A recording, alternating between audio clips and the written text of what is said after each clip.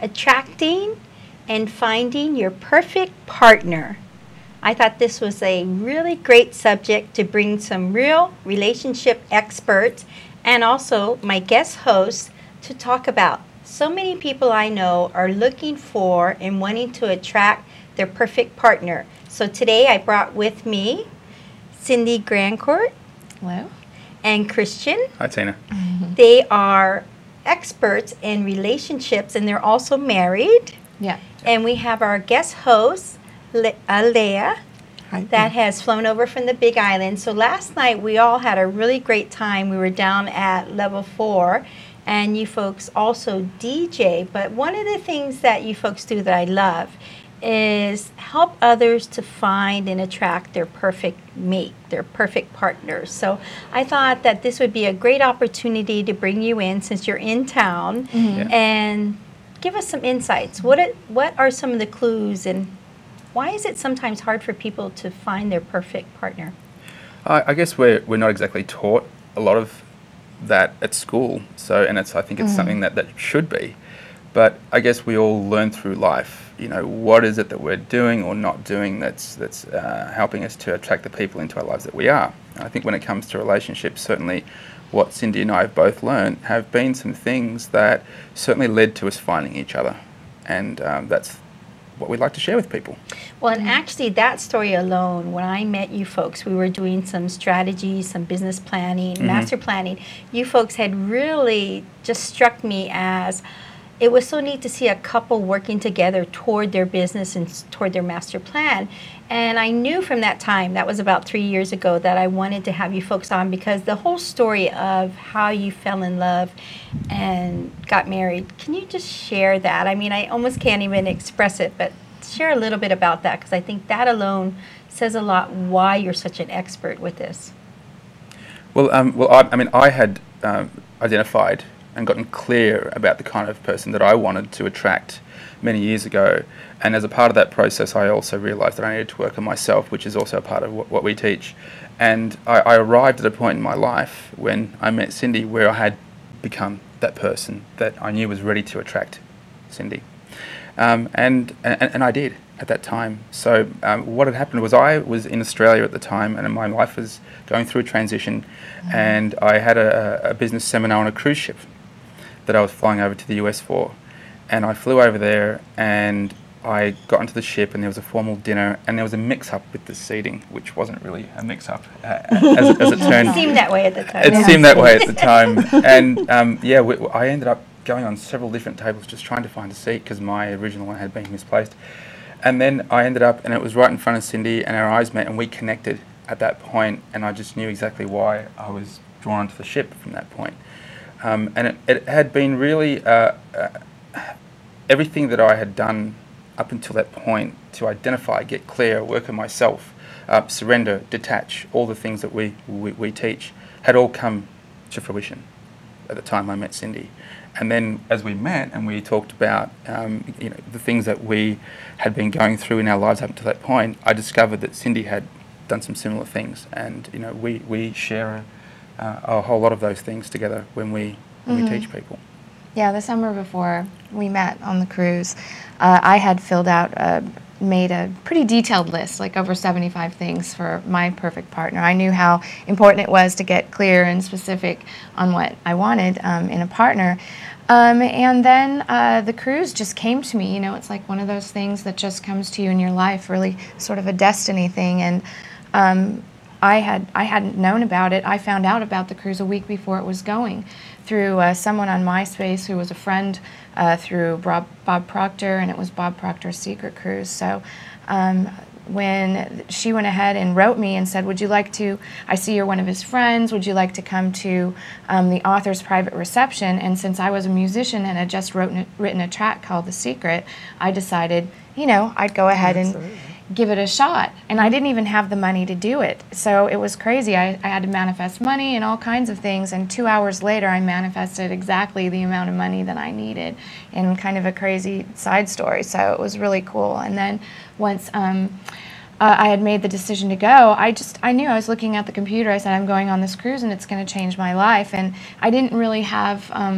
specifically like a relationship in mind and when I was going and I was thinking of that. I thought it was more business, but I was really just open. My energy was open to see what, was available to me on that cruise, and I knew it was going to be a life-changing one, and sure enough, it was. But she was clear on like wanting to meet a man, and she was clear on that person. So that's right. I had already written all of that, and even on the way to the airport, my sister and I had talked about that, because I said it'd be really great to meet, the kind of man that I'm looking for, and I think he'd be someone who would be on a cruise like this. So. Well, do we sometimes get in our own way? Do we sometimes, because we know that, like you said, there were some life changes. Do we sometimes create our own barriers or stop ourselves from? We can. I think we can do. I certainly think we can do, because I was at a point where I was living in Australia, and for a lot of people, they might look at the distance and they might allow that to become a barrier and allow their head to get in the way. But when I looked at where I was at in my life, and I looked at what was happening in the moment, and I took a moment to really sort of think about, and I didn't allow that distance barrier to stop me from being where my heart was leading me. And that was just I know that for a lot of people that can become an issue. Because sometimes change is scary. I have a question for you, because you said you made a list, and that seems to be something that a lot of people do. They, it's like, okay, I want my perfect mate, and so this is what they have to be like. When you were making that list, and I think I sort of hit on this earlier when we were conversing pre-show, when you were making that list, did you see things within yourself that you had to change in order to attract the partner that you were putting down on that list?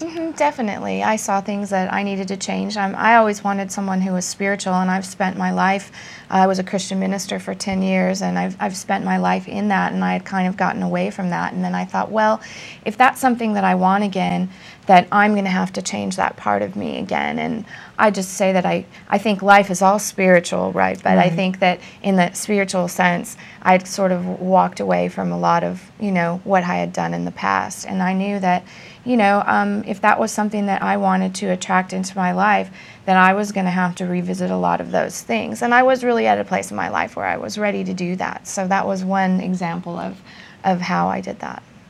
What kind of tools would you suggest for people? I know you guys do a workshop, but, and in addition to the workshop, even prepping to get yourself together enough to say, okay, I'm going to go take this relationship workshop. What kind of tools would you suggest for people to steer themselves in the direction of being open to shifting where they are in order to attract their perfect relationship? I think there's a lot available right now. There's a lot available online that you can look at. There's a lot of books and different things as well.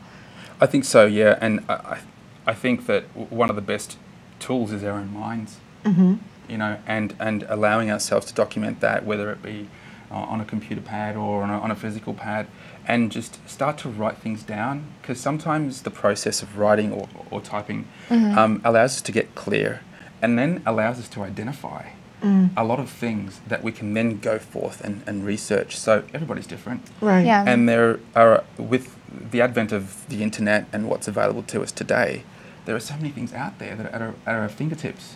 But a lot of the time, we just need to know what it is we need to look for. So if we can just allow ourselves to just take a moment within ourselves, within our minds, to get clear on what we're looking for, perhaps write them down or type it out, and then things will just become clear.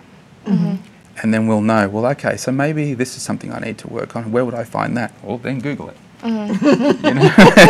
It's amazing what you'll find. But a lot of the times I found that, just getting stuff out onto paper is a wonderful tool. That's right. Powerful tool. There's no real magic in a list. The list is not the magic ingredient. The thing is that our minds are so filled with so much stuff all the time that it's just kind of swimming around in there. And the key is to get it out of your mind and onto a piece of paper. It can take on many forms. Like we do a vision board that's you know, completely visual, you know, and we do it on our computer, and then we put it on the TV, and we get the pictures and the things like we're looking to attract. So it's all about getting it out there in whatever form and however that you receive information best. Yeah, you know. And we've always been really good at coming up with lots of different options, you know, so that depending on how you're feeling or whether you're a different person, you'll find something that suits you. But well, and also the process of making the vision board or writing it down or whatever focuses your attention.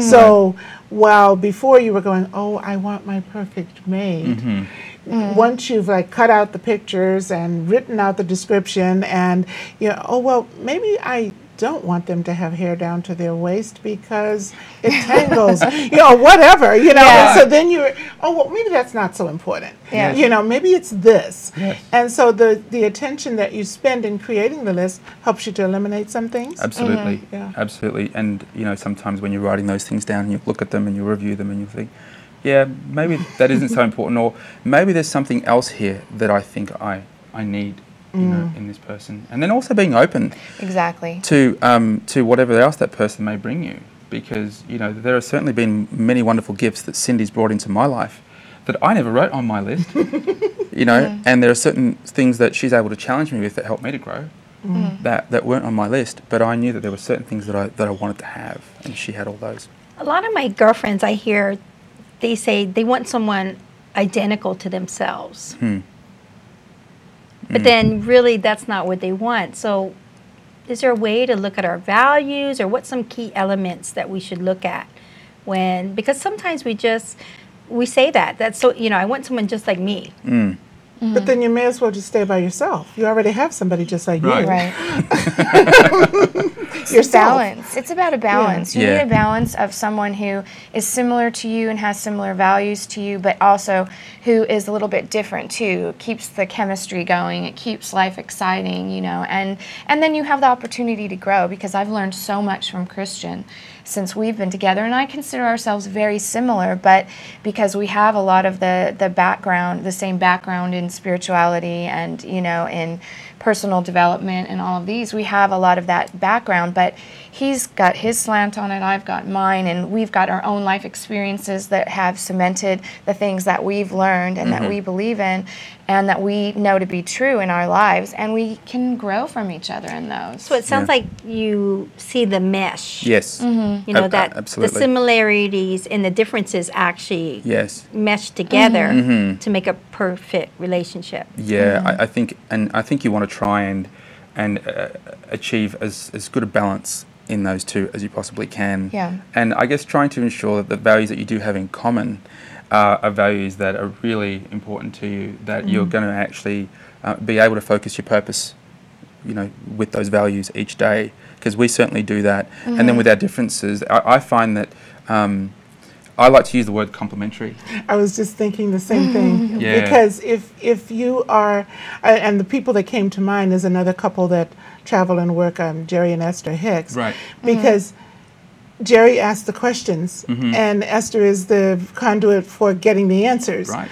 She doesn't ask any questions, you know. That her thing is just doing what she does, and his is, so if you're just alike, then you're going to have the same strengths and the same weaknesses. Yes. So there's no way for you to balance or to lift each other. Yeah. But if one of you has strengths in one area and the other has strengths in another, then you complement each other. Doesn't mean that you are not complete.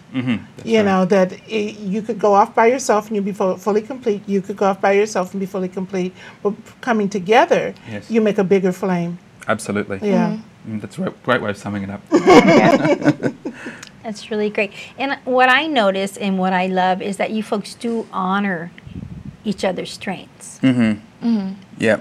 Yeah, we do. We when we came together and when we met, we just saw that we had similar backgrounds. We joke a lot about how we've lived identical backgrounds on the opposite ends of the planet, him in Australia and me in the U.S. So it's, I mean, we even worked at McDonald's together. Yeah. We weren't together, but I mean, we worked at McDonald's when we were kids. We just have very similar backgrounds, but when we came together, we saw that You know, we have so many things that we could do together, that we could share together, and that we could actually impart our gifts to others, because in service. And we shared all of that we want to do. You know, he's been in service, I've been in service, and, you know, it's something that we thought, hey, look, we can come together and we can serve humanity and help people with the things that we've seen have worked for us in our life. Yeah, it was like we came together with a common purpose, with some complementary traits and skills that were all necessary in order to fulfill the purpose.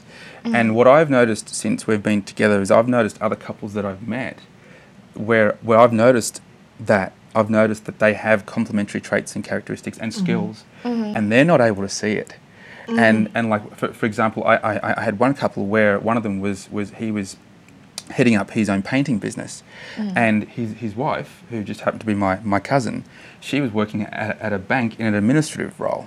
And what I could see was he was just wanting to grow his business, and I could see that as she was getting these opportunities to grow and get training and amazing professional training, then when the time was right, they could come together. She could head up the administration side of his business because he was becoming very successful. The business was growing. There's no way he could sustain it by himself. Exactly. His expertise was in the painting and growing that.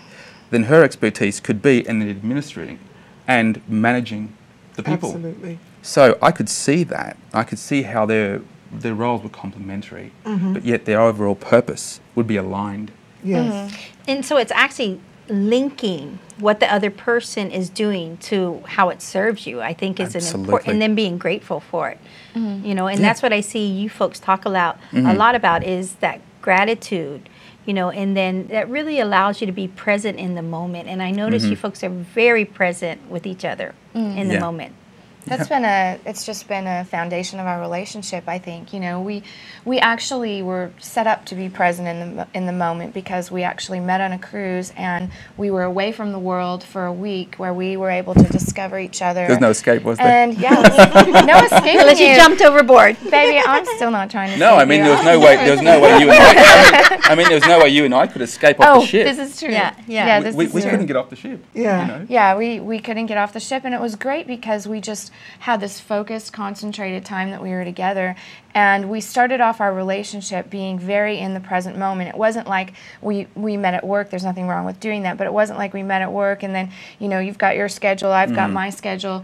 It's kind of the theme, you know, for us is the whole present moment, and that's something that we really, really touch on a lot. We thought we were going on there for business and networking and to attend these seminars for that reason. And then when we got on there on the second night we met each other, we just surrendered to at that point, and we thought, you know what, let's not even worry about this. We didn't feel like it's like everything else evaporated. What it seminar? disappeared. Everything disappeared. You were the seminar. I know. We found out that's true. Just disappeared. We just stayed in the moment, and we just enjoyed each other's company and being together and you know, falling in love. And the other thing that I've noticed about you two is that you lift, where most people, and this is something I think that couples don't do, and that maybe people should look at doing, and you probably teach it in your workshop, people tend to try to fix their weaknesses. You know, it's like, oh, I'm not so good at this. I got to work on this and get better at this.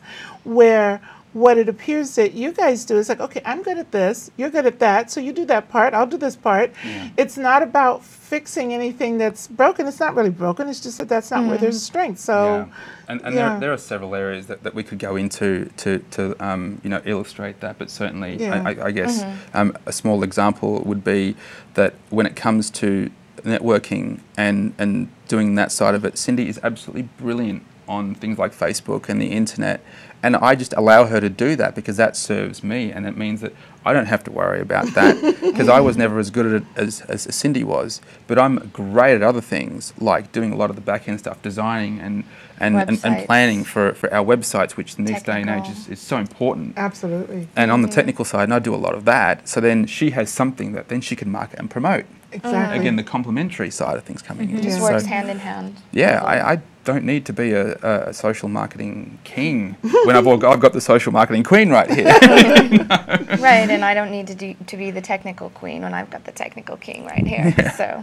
So when people are looking for a relationship, or they're deciding what it is that they want in a relationship, did you guys put that in your list, or was it just, I want someone that I can grow with, I want to be able to have my business and my life mesh to be something that's together.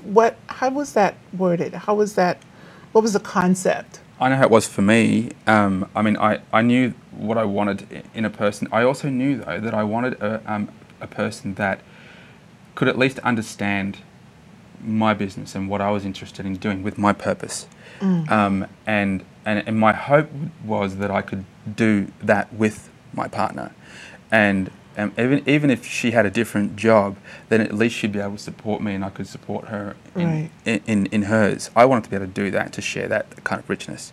And it just so happened that when I met Cindy, then that was possible. And that's so empowering. And I think the thing is to recognize and honor, you know, that it is very empowering that even though your journey might be a little different than your partner's, that to have that love and support, you know, and that, yes, I have these weaknesses, but these are my strengths and this is my focus. That it's amazing, the energy that you bring not only to yourself, but everyone around you. I think it can, a lot of couples can have that if they can see that there is another purpose to their union. There is another purpose to them being together. And it's not just so that you can have somewhere to hold your hand and to have a family with, although that is honourable and beautiful and important, but there can be something else. And I think that if there is that something else, that other additional purpose to serve, then what that does is it builds extra binds that can allow you to grow in a stronger and more powerful relationship. Because then it's not just, oh, we share kids together and we share a home together. Well, we share our kids, we share a home, and we share a purpose together as well. So we have more to fulfill. So when the kids have grown up and left and gone off to college, you still have a life. You still have a life. You're still growing together instead of growing apart. What you see a lot is it becomes, because that's why you hear this buzzword, sustainable. It's beyond sustainable. It's still having energy, abundance, prosperity in your relationship. And I think that's really important, that you can feel just as fresh as when you first met, because a lot of people otherwise grow apart. Yes. I think Barbara Marx Hubbard calls it co-creating. It's the next step after procreating, because most people are attracted to create life, you know, to create another little being that grows up and populates the planet or whatever. And she's like, the next step beyond that is co-creating. And that's to create an entity or a organization or an idea or a concept or a workshop or something where you're not necessarily producing another being, you're producing an entity or an energy or whatever. And we totally take on that ideal. I mean, you know, we look at, we talk all the time about how we're co-creating things together and all of the different businesses that we're looking into, you know, and that we're creating together is our co-creation, and we look at them as our children as well, too. We call them our children and things like that, because we are creating and we get to do it together, so we're very blessed. We have given birth to these things. We have brought them to life, you know, and there is that period of conception, and then there is that period where there is the incubation, and there's the period where there's the fetus is growing and developing, and then there's that time where it's ready for you to give birth to it and to launch it and to put it out there into the world so it can live and breathe for itself. And that's why I thought it was so powerful when I met you folks. Here you were as a couple doing your master planning, your strategic planning, and it was just so beautiful that I thought that is so inspiring, you know, and more because you're allowing that feminine and masculine also energy. So the co-creation is really, you know, a neat thing to allow. You know, that your strength and your weaknesses can really benefit you, you know. Absolutely. And allowing the person to be the unique person they are. Exactly. The whole masculine and feminine energy is something I've really learned a lot about being with Christian. He's just really taught me a lot about that. It's been great. And to honor both sides of that within yourself and within your partner. So. Yeah. It does help us all to lead lives of greater fulfillment when we can understand it all and honor it all. So when someone comes in and spends time with you, what do you want them to walk away with? With clarity and direction, and also a feeling of, you know what, I can now believe that this is possible for me too. Right. Because I certainly noticed that I always believed that one day I'd find Cindy, you know, but for a lot of people, I know that because of whatever happens to them in their life, they can lose hope and they can lose faith through their own adversity or whatever's happened in their life, and they can lose hope. But what we can show them is that there are ways that they can begin to create that and manifest that again in their life, and it's possible. So they'll be clear and they'll be filled with a sense of hope and believing that it can happen for them too. Exactly. That's really awesome. So if someone wanted to find out more and to see what events you'd have up and coming beside the DJing, which was so fun at Level 4 last night. I mean, to really get out there and kick off my shoes and have a great time was so beautiful to watch you folks and to enjoy, you know, the visual and the music and everything. So how can they find out more if they want to see what other events you have going on? Well, our website's epicrelationships.com, so you can go there and it has our schedule and everything on that right there. Yep. That's the best place for it. And what's some great words of wisdom for other couples or for people that are hoping to find their perfect partner that you would give? I think, you know, don't give up. It's out there for you. It's out there for everyone. And a lot of times it just comes to us at the times when we don't expect it. And that's part of what we teach on that, is to surrender and let go. Sure, write your lists, become the person that you need to be, take action on it, you know, all the different things that you need to do. But in the end, you still need to let go and you need to surrender. And that's what we did, and that's how we found each other, because we weren't attached to an outcome by a specific date and a specific time that we had to have our perfect partner by this time. So surrender to that. And be grateful. And yeah, and be thankful. Gratitude for all that is and all that you've experienced and what's happening in your life. It's all serving a purpose. For everything that you have in your life right now and how that's going to continue to bloom and manifest and grow in your life. And also when you have that partner as well, then you can do it together. And it will magnify your experiences. Yeah. Wow. What do you think is up and coming? What's new for you folks? Where can we see you in the next 10 years? Oh, wow. Ooh.